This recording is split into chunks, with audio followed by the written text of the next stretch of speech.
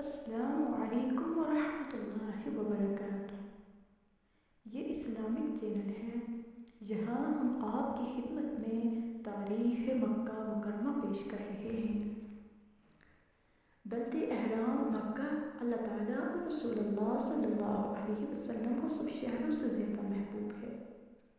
مسلمانوں کا قبلہ اور ان کی دلی محبت کا مرکز ہے۔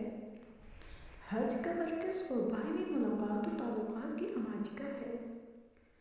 روز اول ہی سے اللہ تعالیٰ نے اس کی تعظیم کے پیش نظر اسے حرم قرار دے دیا تھا۔ اس میں کعبہ ہے جو روئے زمین پر اللہ تعالیٰ کی عبادت کے لیے بنایا جانے والا سب سے پہلا گھر ہے۔ اس قدیم گھر کی وجہ سے اس علاقے کو حرم کا درجہ ملا ہے اور اس کی ہر چیز کو امن و امان حاصل ہے، حتیٰ کہ یہاں کے درختوں اور دوسری خود و نباتات کو بھی کاٹا نہیں جا سکتا۔ یہاں کے پرندوں اور جانوروں کو ڈرا کر بھگایا نہیں جا سکتا۔ اس جگہ کا ثواب دوسرے مقامات سے کئی گنا حاصل ہے۔ یہاں کی ایک نماز 1,00,000 نماز کا درجہ رکھتی ہے۔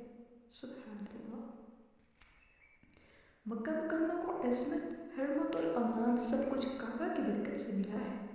فرمان باری تعالیٰ ہے وَمَن دَخَلَهُ كَانَ آمِنًا، جو شخص اس حرم میں داخل ہو جائے امن والا ہے۔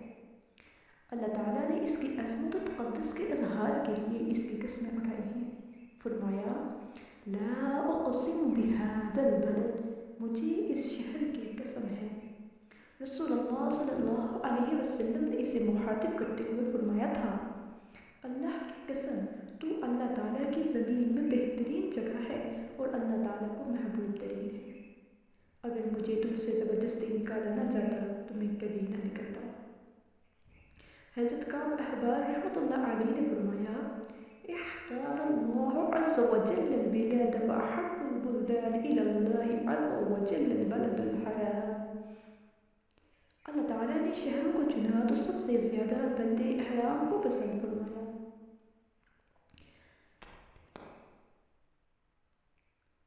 مکہ مکرمہ کو بلد احرام کہا جاتا ہے۔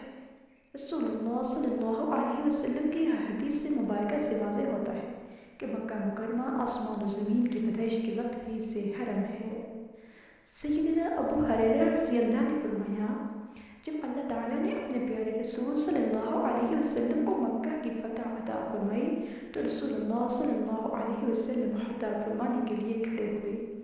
آپ نے اللہ تعالیٰ کی حمد و ثنا بیان فرمائی، پھر فرمایا اللہ تعالیٰ نے مکہ مکرمہ میں ہاتھیوں کو آنے سے روک دیا تھا، لیکن اب اپنے رسول اور مومنین کو مکہ پر قابض فرما دیا ہے۔ مجھ سے پہلے مکہ مکرمہ کسی کے لیے حلال نہیں ہوا اور نہ میرے بعد کسی کے لیے حلال ہوگا۔ میرے لیے بھی کچھ وقت کے لیے حلال کیا گیا تھا۔ خبردار اس کے کسی شکار کو ڈرا کر بگایا نہ جائے، اس کے کانٹے دار درخت نہ کاٹے جائیں، اس سے مراد سرسبز نباتات ہیں۔ اس میں گری بڑی چیز نہ اٹھائی جائے، البتہ جو اعلان کرے وہ اٹھا سکتا ہے۔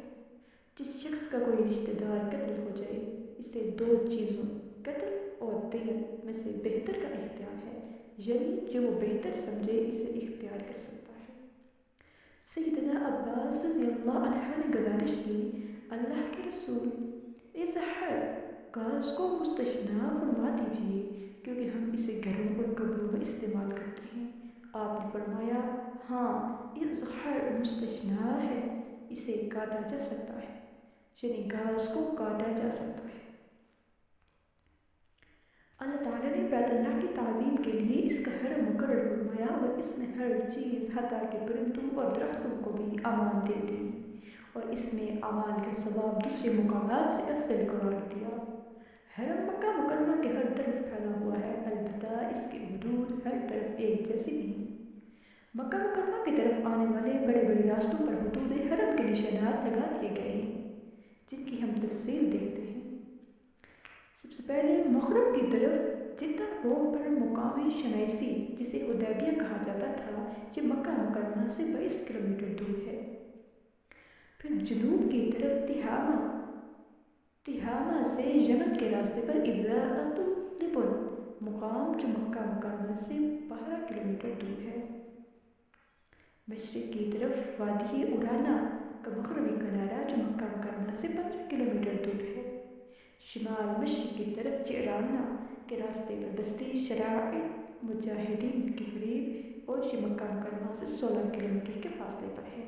شمال کی طرف مقام تنعیم جو کہ مکہ مکرمہ سے صرف 7 کلومیٹر دور ہے۔